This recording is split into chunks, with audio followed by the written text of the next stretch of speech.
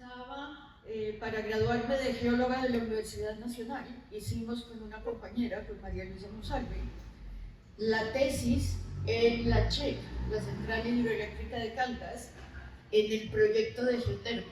Y el proyecto de geotermia, desde hace muchos años antes del 85, era en lo que hoy se conoce como el Parque de los Nevados, o sea, el Ruiz, Santa Isabel, Tolima, y llegaba hasta Machín. Entonces hicimos la tesis, nos graduamos de geólogas. Me acuerdo, hicimos un curso por primera vez de vulcanología, o sea, vulcanología física se llama, o sea, de estudiar los depósitos desde el punto de vista geológico que hace un volcán cuando hace erupciones. Que yo diría que sería como los médicos estudian. Yo les pido disculpas a los médicos, yo siempre pongo ejemplos de médicos y yo no sé nada de medicina, o sea que mis ejemplos pueden salir muy mal, pero bueno. Sería como que un médico recién graduado empieza a ver cosas de una especialización. Entonces habrá el cardiólogo, habrá el ginecobstetra. Nosotros, con ese curso que fue en el Ecuador, que era para geotermia, había cursos de geofísica, había cursos de geología física de volcanes, había cursos de geoquímica. Franco Barberi, que es un vulcanólogo muy reconocido italiano, dio ese curso. Entonces regresamos de ese curso del Ecuador, que fueron 3 meses, y digamos que había un montón de nuevos conocimientos para uno como geólogo sobre la actividad de un volcán. Y a mí la CHEC ahí me mandó para Nueva Zelanda, que había un curso auspiciado por Naciones Unidas en la Universidad de Auckland de geotermia. Yo me fui todo 1984 y estaba en Nueva Zelanda. Yo regresé a la CHEC el día que yo cumplo años, el 6 de febrero de 1985, y no les voy a decir cuántos años estaba cumpliendo, ¿no es cierto? Porque aquí han sugerido que uno es del siglo XIX. Hagan cuenta. Entonces, yo regresé el 6 de febrero a la CHEC y había una persona compañera, Néstor García, que era geoquímico, que entre otras murió en la erupción del Galeras, que no me saludó. O sea, no dijo hola, hace más de un año que no nos vemos, sino lo primero que dijo fue: el Ruiz se reactivó, el Ruiz cambió, el cráter cambió, tal. Y yo como que dije, ¿qué? Y eso era febrero de 1985. Y los primeros indicios que se sintieron, digamos, generales, fue ese sismo que ocurrió en diciembre del 84. Pero ya habían indicios que la gente, pues el Ruiz con Manizales, digamos, hay una conexión, siempre existido, donde era muy fácil subir, donde estaban los montañistas, los que sabían utilizar los piolet, que caminaban en la nieve, que iban a jugar en la nieve en el refugio, bueno, todas esas cosas. Y entonces ahí un grupo de personas, de los cuales ahí estamos 4 de la CHEC, o sea, Néstor García es el que murió en el Galeras después. El jefe nuestro más inmediato era Bernardo Salazar.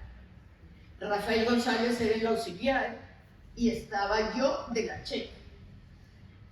Pablo Medina después fue el primero de esa oficina que inició, ¿no es cierto? Pero él era del comité de cafeteros. Y el montañista siempre, él era economista, trabajaba en el comité de cafeteros, era el que sabía, el que tenía el piolet, el que sabía y nos regañaba, parecía un general, cómo caminar, que mire la dieta, que mire, camine así. Y las otras personas, yo desafortunadamente, estas personas, pues eran, también había de la Universidad Nacional sede Manizales, que ese día se fue por primera vez al cráter, o sea, pues como grupo. Esas son fotografías del fondo del cráter del Ruiz en febrero del 85. En esta foto había, pues las fotos no son muy buenas, ahí hay una lagunita azul verdosa. Miren, había como un volcancito, como unas piscinas de lodo que botaban mucho gas, ese volcancito. Aquí está Néstor García, él era geoquímico, pero el termómetro que tenía era de esos termómetros de laboratorio, era de poner la mano y ponerlo en un elemento, no ponerlo en un volcán o en un cráter. Entonces era intentando medir qué temperatura había, si eso era muy caliente o no era muy caliente.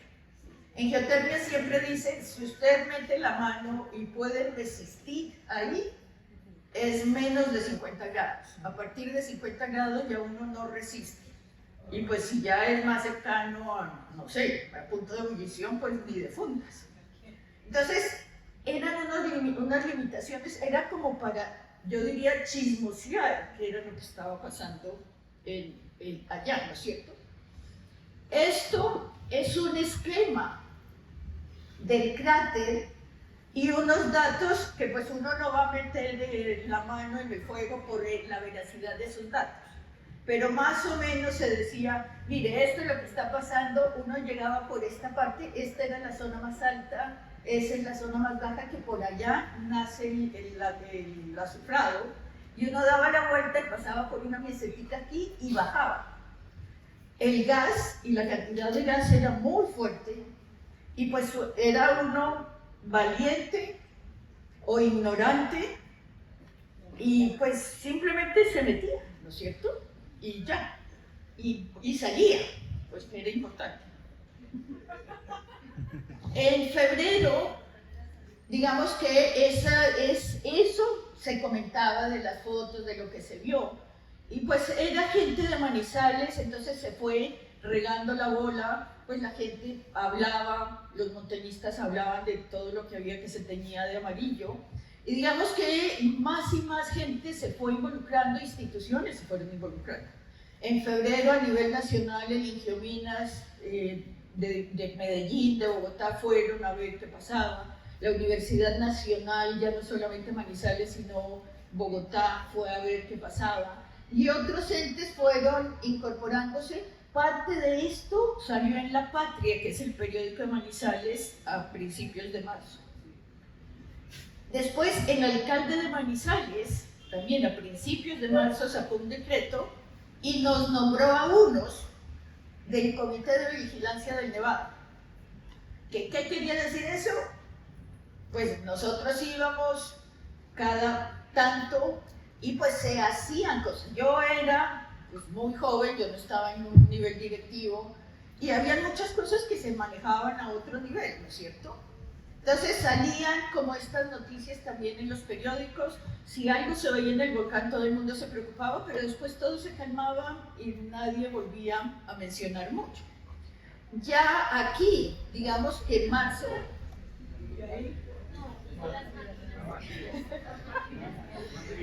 aquí también puede temblar, ¿no es cierto? En marzo, sí, es una terapia ambiental para saber si están despiertos. Diferentes instituciones, y la verdad no sé, creo que fue Ingiominas, fue a nivel nacional, que contactaron la Oficina de Naciones Unidas de lo que hoy sería gestión del riesgo, o sea, es la UNDO.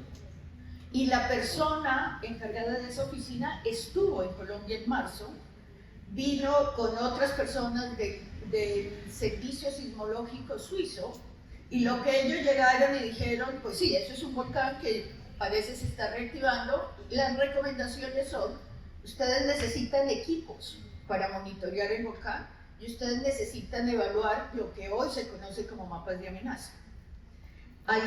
También en marzo vino una persona que trabajaba, él murió hace como un año, en Ecuador, Pete Hall, para ver qué estaba pasando en el volcán y pues las recomendaciones eran, sí, hay que tener mucho cuidado, hay que hacer el monitoreo, hay que evaluar la amenaza. Eso era marzo. En marzo, la CHEC y la Universidad Nacional deciden dar públicamente eso que se había hecho, hacer un seminario en la Universidad Nacional y hacer esas presentaciones. Y también se resolvió hacer una publicación, estas son fotos de la carátula del Boletín de Vías de la Universidad Nacional, que salió publicado en junio de 1985. También ahí se hablaba, pues que eso que se publicaba era como nuestro informe de lo que habíamos hecho, de esas personas que nos habían nombrado, y se hablaba, ¿no es cierto?, que se iba a plantear un proyecto de la estación vulcanológica del Ruiz, y que había que buscar, pues, más socios, ¿no es cierto? Entonces ahí estaba, por ejemplo, la Fundación para el Fomento de la Ciencia y la Educación Universitaria de Caldas, FINDUCAL, que es como la asociación de las universidades de Caldas. Entonces se trataba cada vez más de involucrar instituciones en eso que se estaba haciendo y que se tenían unas ideas para hacer. El director de la Defensa Civil, desde marzo, había estado con John Tomlin, que era la persona que vino de UNDRO. Y pues UNDRO en ese momento ya habían manuales, había, me acuerdo, un boletín blanco que se llamaba como monitoreo volcánico, donde decía que había que hacer sismología, había que hacer deformación, había que hacer geoquímica, o sea, era como una guía que tenía Naciones Unidas y también hacía, digamos, descripciones de qué son lavas, qué es un flujo de lodo, o lajares, de qué es un flujo piroclástico. Y el director de la Defensa Civil de Caldas lo tomó como su Biblia. Y entonces él lo cogía y iba a todas partes a decir, mire, ya lo sabemos, aquí decimos tal. Entonces, son manuales, ¿no es cierto?, que pasan pues, de las cosas que pasan en los volcanes. Entre otras, había un documento que era del padre Favo, donde hacía referencias a diferentes escritos donde hablaba de erupciones de los volcanes en Colombia. Y a mí me mandaron a hacer esa recopilación en bibliotecas en Bogotá. Tenía 2 días y llegué a la Biblioteca Nacional y allí había tanto que pues nunca salí de la Biblioteca Nacional, y pues se hizo una recopilación de todas las veces que se nombraba al Ruiz o a la Mesa de P, o bueno, con diferentes nombres, y era claro que por lo menos se hablaban de 2 veces que flujos habían bajado por el río Lagunilla y que habían destruido el sitio donde en ese momento estaba Armero. También Honda, hubo un sismo, también fue afectada Honda, y entonces ahí también se hablaba de Mariquita y de Honda, si habían sido afectados o no. Y se hablaba de más características de las actividades de los volcanes. Entonces, siguió marzo, entre marzo y septiembre. Estas son todas las organizaciones internacionales que apoyaban. UNDRO, que vinieron, John Tomlin vino 2 o 3 veces, ya se contactaba con UNESCO, y UNESCO lo que hacía era busquemos a ver cómo se los apoya para que tengan estos equipos. Por ejemplo, después se sabe, WOMO es el Observatorio Mundial de Observatorios Vulcanológicos, contactaban por ejemplo, al Servicio Geológico de Estados Unidos y le pedían sismómetros, o sea, el aparatico que mide los sismos. Y se suponía que aquí también se estaba buscando cómo instalar eso y cómo buscarlos, encontrarlos, porque no habían en Colombia. Entonces, el 20 de julio se instala por primera vez un sismómetro en el Ruiz. Después de unas semanas, esa era la red de sismómetros que había. Esto es el refugio, o sea, por aquí quedaba el refugio, que era este hotel que pertenecía al Hotel Las Colinas y que estaba al lado de la nieve. Esa era cerca de la Herradura, esto es Campo Alegre y esto es el Villar. La carretera, ahora que ustedes la ven pavimentada y tal, pero siempre uno para ir, las personas generalmente estaban por aquí, se quedaban por aquí. Venir de aquí a aquí era más o menos un día. Y eso sí pasaba. Y después, el problema, o sea, llegar acá, esto es el Cisne y Santa Isabel, llegar aquí era una jornada, pero de todo un día. O sea, tener, y aquí vamos a ver, estas fotos corresponden a después, pero lo que les quiero mostrar es, lo que se iba a cambiar era el papel.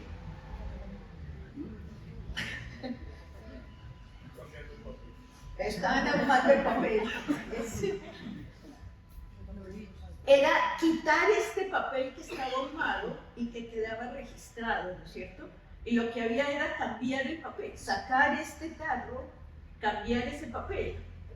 Pero cambiar el papel, en un principio se intentó hacerlo en cama.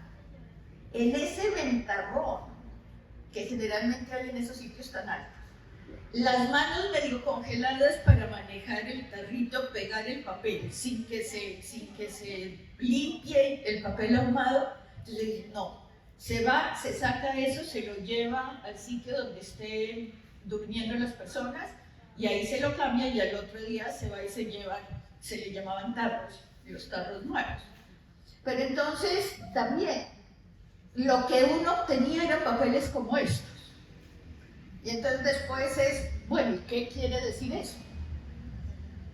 En Colombia en ese momento, los responsables quienes hicieron, ¿no es cierto?, la gestión de los sismógrafos, todo eso, eran Ingiominas, que hoy es el Servicio Geológico Colombiano, y la Universidad Nacional. La Universidad Nacional porque habían dos profesores que eran geofísicos, pero uno dice ahora, ellos no eran sismólogos, y mucho menos eran sismólogos volcánicos.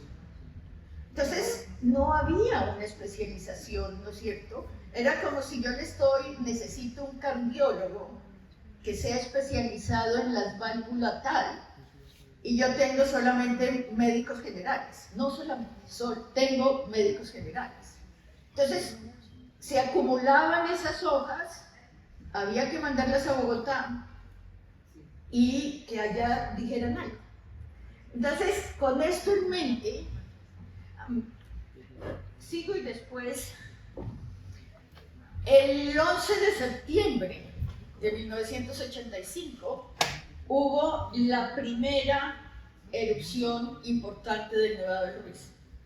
Y ahí hubo esa erupción y cayó cenizas en la dirección de Manizales, que es para donde la mayoría del tiempo del año el viento está hacia el noroccidente, hacia el occidente. O sea, la mayoría del tiempo el viento está en esa dirección. Entonces le cayó ceniza a Manizales y ese fue como el aviso a nivel nacional de que el volcán estaba haciendo algo. Fue la erupción del 11 de septiembre. Entonces digamos que estas fueron cosas que pasaron ahí. No se había dado cuenta, nadie se había dado cuenta que hubo un lapar, un flujo de lodos que interrumpió la carretera Murillo. Eran pocos los carros que pasaban por allá y tampoco era fácil comunicarse, ¿no es cierto? Para muchos que están acostumbrados a la era de los teléfonos celulares. En ese momento los que mejor se comunicaban eran los radioaficionados, que fueron muy activos, ¿no es cierto? Pero no era fácil comunicarse. Yo creo que esto es muy importante. A nivel nacional, el 11 de septiembre fue el detonante para que todo el mundo le pusiera más cuidado a lo que estaba pasando en el Ruiz. Y aquí la parte de Caldas, desde ahí, organizó lo que se llamó el Comité de Estudios Vulcanológicos de la Comunidad Caldense. Yo me acuerdo, para el 11 de septiembre, yo estaba en Hawái, porque había sido invitada a una reunión de geotermia en Hawái. Y yo me acuerdo que yo fui al Servicio Geológico de Estados Unidos, al Observatorio de Hawái, a contar del Ruiz, que miren, donde yo vengo, un volcán está haciendo esto. Y entonces ellos me decían, no, pero es que el volcán de Ruiz es muy diferente de los volcanes hawaianos, usted tiene que ir, como si fuera tan fácil, ¿no es cierto? Ir al estado de Washington, en el límite con Oregon, que ahí está el observatorio de las cascadas, que es donde tienen los volcanes que se parecen al de ustedes. Sí. Bueno, gracias, ¿no es cierto? Sin embargo, hubo un profesor y me dijo, pues si quiere vamos. Y yo llegué a Oregon, Ahí yo ya sabía que esto había hecho erupción y me acuerdo que me dijeron, conoce a alguien que pueda venir, sobre todo en geoquímica, y Guggenbach, que era un investigador de Nueva Zelanda, fue contactado por la comunidad caldense y lo llevaron y llegó al Ruiz y empezó a muestrear, hizo los primeros muestreos con una técnica que siempre la llamamos las botellas de Guggenbach, para muestrear gases en fuentes termales y en el cráter. Entonces, me acuerdo también, cuando regresamos, todo ya, por ejemplo, que uno tuviera máscaras de gases ácidos, hasta ahí nunca habíamos tenido nada parecido. Y nos dieron chaquetas y teníamos polainas, y teníamos crampones, y teníamos piolet, que antes era yo tenía unos zapatos Bluya, que no eran de lo mejor, ¿no es cierto?, para la nieve, pero con eso se subía. Entonces, entre septiembre y octubre, o sea, Bruno Martinelli era del Cuerpo Suizo de Socorro enviado por el Servicio Sismológico Suizo. Él llegó en agosto y se fue en septiembre. Y llegaron los Guggenbach de Nueva Zelanda, que hizo los muestreos, llegó el grupo de italianos, con Franco Barber y un geoquímico, otro vulcanólogo, se muestreó también gases en el cráter, hizo observaciones sobre el mapa de amenaza que se estaba construyendo, también llegó todo con el apoyo de UNDRO, una persona de Costa Rica, e inició los primeros trabajos para hacer deformación en el volcán. Digamos como que todo estaba empezando.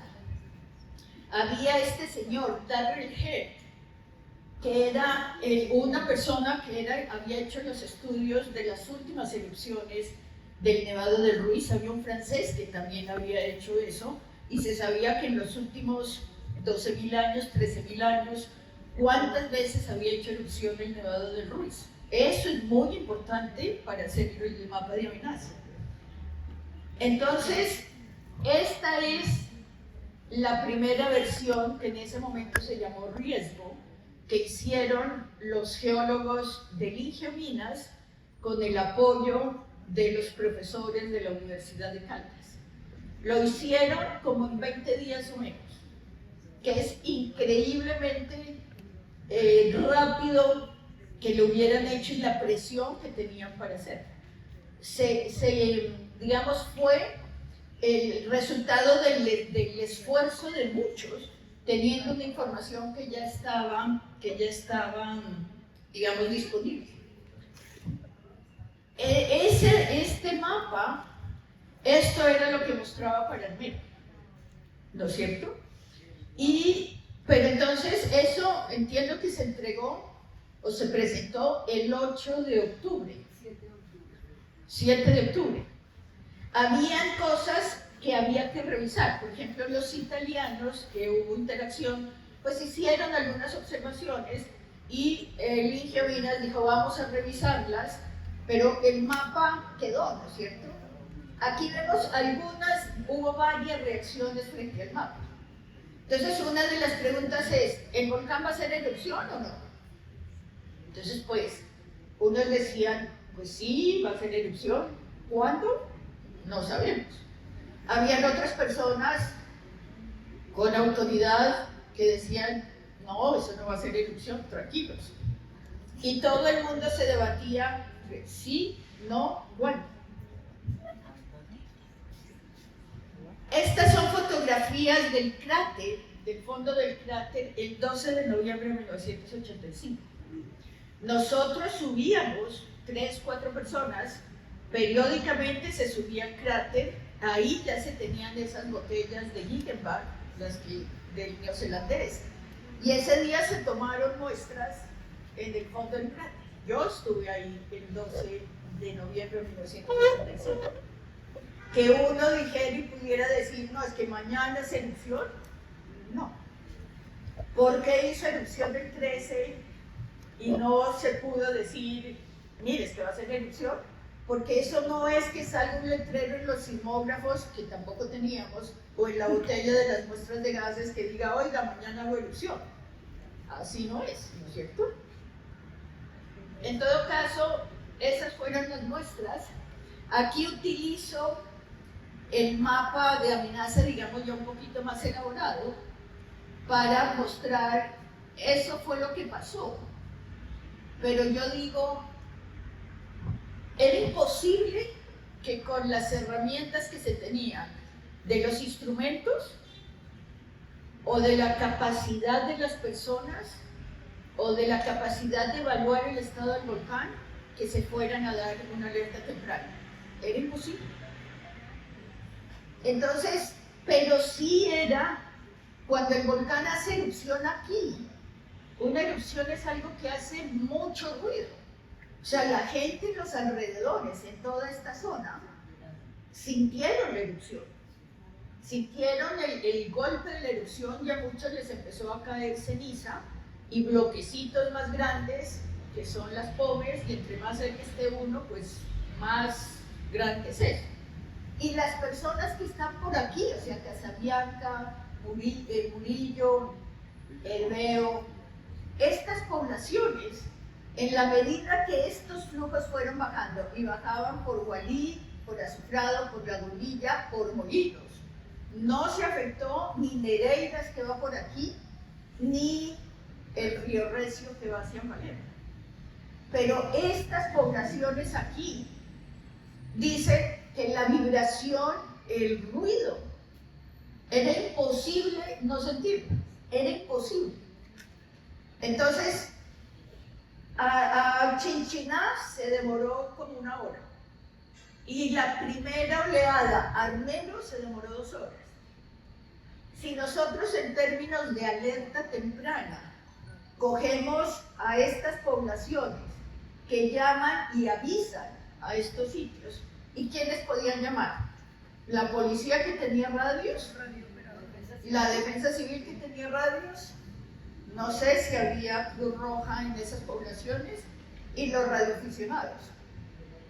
Y lo hicieron. Llamaron y dijeron, una avalancha va. Pero aquí no había algo organizado. Cuando salió el mapa y desde antes, por ejemplo nosotros, o yo, a uno lo llamaban que de tal colegio, o que lo llamaban de tal secretaría, ¿no es cierto?, en diferentes sitios. Y uno contaba lo que uno sabía. Yo estuve en Armero unas 2 veces, tal vez 3 veces, que sí llegamos, estuve en Ambalema, y uno contaba lo que uno sabía desde el punto de vista de uno.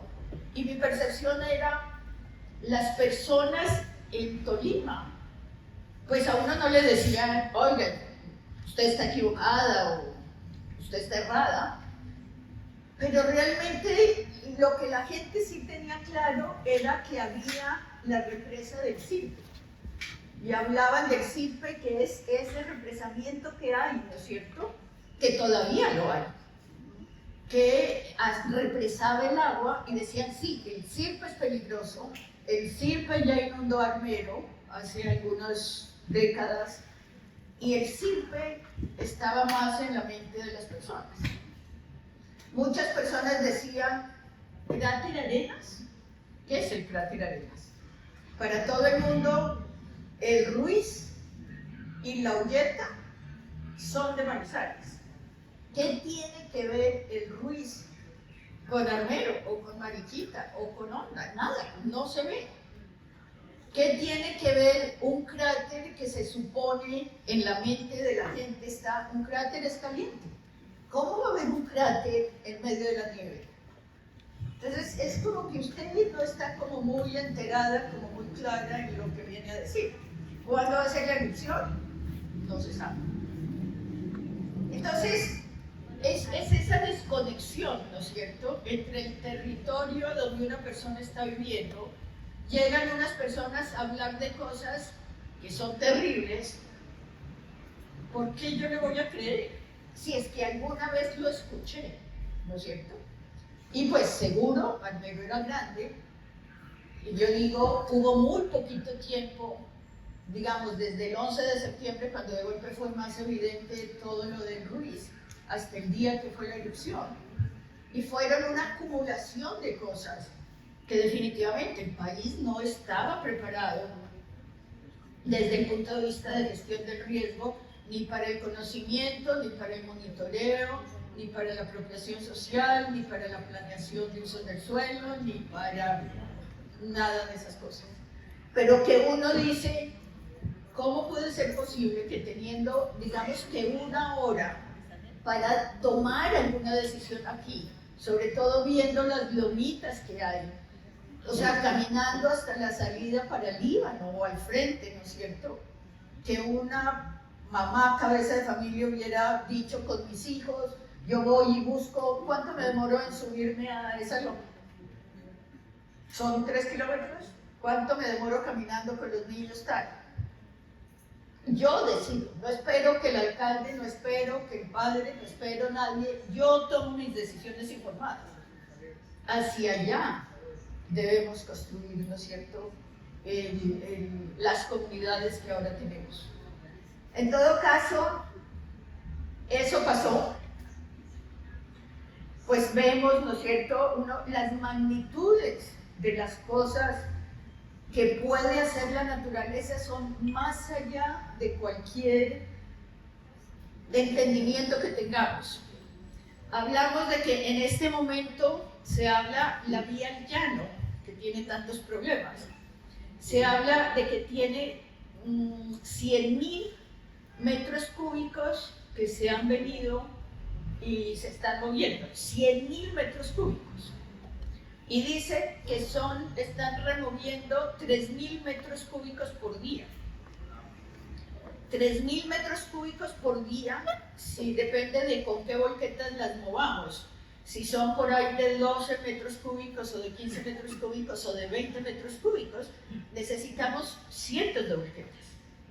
Y esos cientos de volquetas, y cada una volqueta cada 5 minutos de entra, todo hace que es irreal, necesitaríamos como 12 horas para mover 3.000 metros cúbicos. Pues los flujos, el flujo de lodo que se calculó en el Nevado del Huila, calculamos más de 300 millones de metros cúbicos. 300 millones, no 100.000. 300 millones de metros cúbicos. Y los 300 millones de metros cúbicos pasaron por el frente, y unos se depositaron al frente de Belalcázar en el Cauca en media hora, desde que salió, recogió y lo dejó. Entonces, la magnitud de esas cosas, para que, por ejemplo, había una señora que dijo, después, yo sí escuché lo del Nevado del Huila, del Ruiz, y sí oí que venía un flujo de lodo. Yo lo que hice fue coger mi máquina de coser y ponerla sobre la cómoda para que no entrara el barro por debajo de la puerta y podría ensuciar la máquina. Entonces, o sea, ella sí le llegó ese mensaje y ella estuvo dispuesta a actuar, pero su percepción de la magnitud de lo que podía afectar nunca fue la correcta, ¿no es cierto? Que es un gran problema. Pues son las fotos de Armero, y eso fue la noche del 13 de noviembre. El 14 de noviembre nosotros, o sea, los de un grupo de Caldas, de la CHEC, de la Universidad de Caldas, se intentó subir a ver qué era lo que había pasado. No pudimos pasar mucho más allá, como de la entrada en ese momento era el Inderena, no pudimos seguir mucho más allá, pues porque todo estaba cortado. Tampoco era tan fácil encontrarse y ponerse de acuerdo, porque no habían teléfonos y uno, pues era encontrarse con los otros, ¿no es cierto?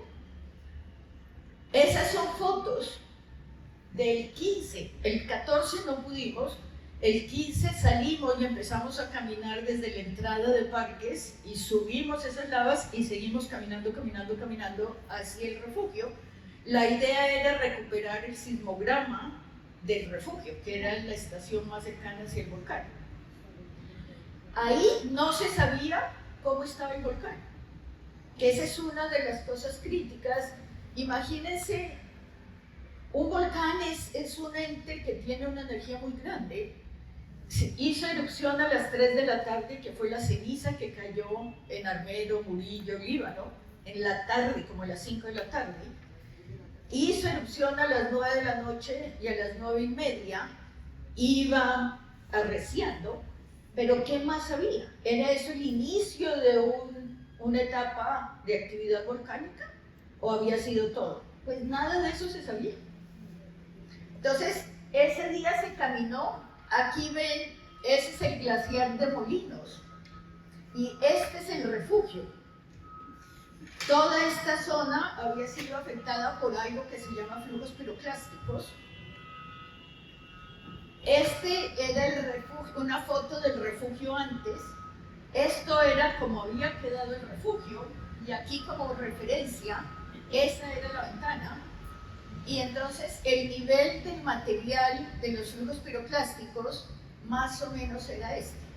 O sea, esto estaba como enterrado en esos flujos piroclásticos y el refugio estaba como si el lobo feroz lo hubiera soplado. Ustedes ven, el volcán está en esa dirección y esa nube pasó en esta dirección. Habían en esta parte de acá, había sacado camas, había mucho material. Esta era la cocina, que la ventana estaba mirando hacia el volcán y era como si alguien hubiera abierto los estantes de la cocina y hubiera empañado esos estantes con ese material. Eso estaba caliente y el refugio era de madera. Si uno abría un hueco, no podía sostener la mano ahí porque estaba muy caliente. Y esas fueron las únicas fotografías del refugio, porque a los 2 días el refugio se incendió, porque el material estaba caliente, ¿no es cierto? Entonces, de eso ya no quedó nada más. Y esto que es tan peligroso, si yo tengo el glaciar y durante una erupción volcánica yo tengo una lava que corre sobre el glaciar, la lava no es capaz de transmitir tanto calor porque se forma una costra como aislante y no va a producir el deshielo que produce un flujo piroclástico. El flujo piroclástico es como tiene una turbulencia, no forma una costra, sino que tiene mucha capacidad de transmitir calor y pues derrite más. Y fueron los flujos piroclásticos los que afectaron una parte pequeña del glaciar. Y los flujos piroclásticos llegaron al refugio y por la parte del río Azufrado, salieron un poquito por el río Azufrado, pero la verdad fue que fueron flujos piroclásticos con un área muy pequeña. O sea, no llegaron más allá de 4 kilómetros como flujo piroclástico. Después ya se transforma en el flujo de lodo, va cogiendo más material y más agua y agua y agua y agua, y pues hay 5 kilómetros de diferencia entre el cráter del Nevado del Ruiz y Armero o Mariquita llegando al plano, ¿no es cierto? Entonces la energía que tiene eso es enorme. Ese es el refugio como quedó. Fíjense que la onda de presión levantó las paredes y sacó todo en esta dirección. Si alguien hubiera estado ahí, no solamente por el impacto, el calor, los gases, hubiera muerto.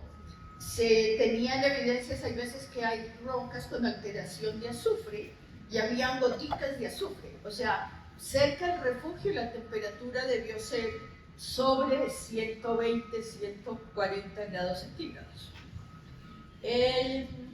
Llegamos al sitio de la estación. Fíjense el plástico que cubría, como tenía, aunque estaba metido como contra una roca y protegido, digamos, no estaba de frente hacia el volcán, se ve el calor, cómo modificó el plástico que estaba cubriendo el sismógrafo. Entonces se recuperó el sismograma. Esta es la erupción, eso que ven allá, allí empieza, es la erupción de las 3 de la tarde, y esta empieza la erupción a las 9 de la noche, y aquí es toda una mezcla de la erupción de las 9, la erupción pues que se aumentó a las 9:30, y de los flujos ya bajando, que la vibración es tan fuerte que queda registrado en los sismógrafos. Y fíjese cómo disminuye, sigue, y pues ya aquí se termina el papel y ya deja de registrar. Pero hasta no tener eso, y si eso eran las 3 de la tarde, esto eran las 9 de la noche, digamos que esto era el 14, pero de ahí tampoco sabía nadie nada más del volcán, porque no se tenía las capacidades para saberlo, ¿no es cierto? Y ahí quiero enfatizar el conocimiento, sobre todo en fenómenos naturales, y pues yo creo que en todo. No se improvisa. O sea, tener los equipos, tener la capacidad de evaluar qué voy a monitorear. Es como si yo estoy sufriendo, de nuevo, del corazón, pero yo no le mando, ¿no es cierto?, un audífono para saber qué me dice sobre el corazón. Yo tengo que evaluar que si es del corazón, tengo que buscar unos equipos que me den información del corazón. Entonces, es tener esa capacidad para definir qué es lo que voy a hacer, cómo lo voy a hacer, y después cómo yo voy a interpretar esos datos, y esos datos son de calidad o no son de calidad. Entonces, eso no se improvisa. Eso necesita irse construyendo, y por más necesitado que esté un país, una región, no hay forma de improvisar. Esto fue el primer sismograma telemétrico que hubo de Ruiz. O sea, hasta ahí no se sabía qué estaba pasando en el Ruiz. Y los primeros equipos ya llegaron con todo un equipo, o sea, llegaron vulcanólogos de todas partes del mundo. Llegó un grupo del Servicio Geológico de Estados Unidos, ellos trajeron los equipos, trajeron de deformación, trajeron sismógrafos, trajeron helicópteros que llevaban a la gente y lo ponían, ¿no es cierto?, en esos sitios. Al principio los pilotos no querían ni medio acercarse al volcán, entre otras porque pues, la altura del volcán acababa de hacer erupción, y la altura para los helicópteros pues no es buena. Ellos tenían todos, eran helicópteros Black Hawk, pero al principio fue un reto para todo el mundo, ¿no es cierto?, manejar la altura y hacer las labores que tenían que hacer. Y ya para terminar, entre los retos que seguían este es el cráter Arenas, y todo esto quedó sobre el glaciar. Con el tiempo, o sea, para uno trabajando en el volcán, hay que estudiar todos esos depósitos para evaluar cómo fue la erupción y cuáles son las características del volcán. Entonces, entender también nuestra labor, qué era lo que había que hacer. Por ejemplo, para clasificar la erupción hay que calcular el volumen. Había que hacer qué área estaba ocupada por los flujos de lodo, y calcular el volumen de los flujos de lodo, calcular el volumen de los flujos piroclásticos, calcular las caídas, y todo eso de una forma organizada, coordinada, tal.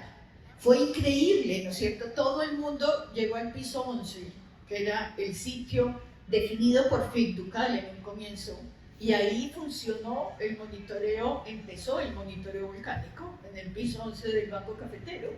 Pero ahí había gente de todas las instituciones, o sea, estaba Ingeminas, que después Alberto llegó a poner orden en el piso 11, estábamos los de la CHEC, estaba todo el mundo. Los radioaficionados hacían turno igual que todo el mundo, y eran los que manejaban en un principio el piso 11, sabían qué helicópteros salían, quién salía por aquí, quién salía por allá, y yo no sé cómo no hubo accidentes, perdidos o desaparecidos. Había gente, habían de Estados Unidos, habían italianos, españoles, islandeses, japoneses, franceses. Todos los vulcanólogos llegaron. Tratar de coordinar a esas personas, pues uno ni se explica, uno dónde resultaba, pero se hizo. Me acuerdo tanto que aquí, pues aquí no se ve mucho, pero aquí hay unos huequitos y empezó a formarse por estas zonas como chichones, como cuando uno cocina mucho una papa y se va abriendo. Entonces el principal, todo el mundo decía, y se va a abrir otra boca por ahí, pero no era una, eran muchos los que habían por ahí. Y pues nosotros no sabíamos que tanto podía pasar.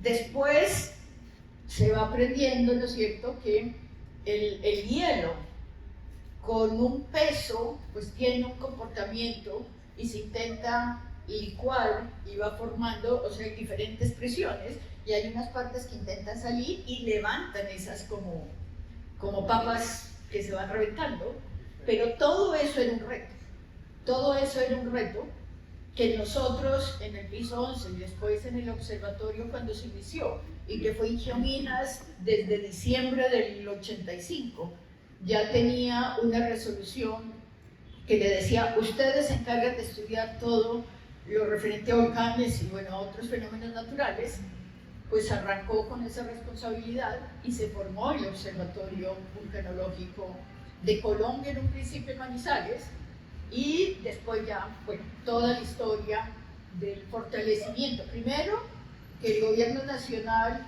empezó a cambiar desde el concepto de atender los desastres a la gestión del riesgo, que ha ido madurando, que digamos la 1523 es lo más reciente, hace 13 años, con ese concepto, y que yo creo que Colombia, en el Sistema Nacional de Gestión de Riesgo de Desastres, pues tiene algo muy importante que ha construido en los últimos 40 y más de 40 años, que ha sido muy desafortunado, todas las noticias que se ven más recientemente, pero por lo menos yo, que fui, que he sido, que soy parte de ese sistema, lo defiendo a capa y espada.